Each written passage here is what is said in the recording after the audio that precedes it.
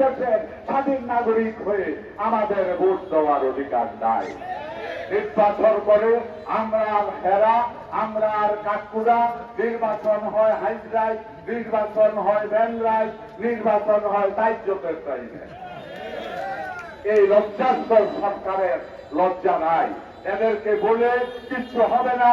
আছেন আজকে এই মে দিবসে প্রতিজ্ঞা করি, এই মে দিবসে আমরা এই বলে শপথ নেই এই সরকারের পতনের জন্য।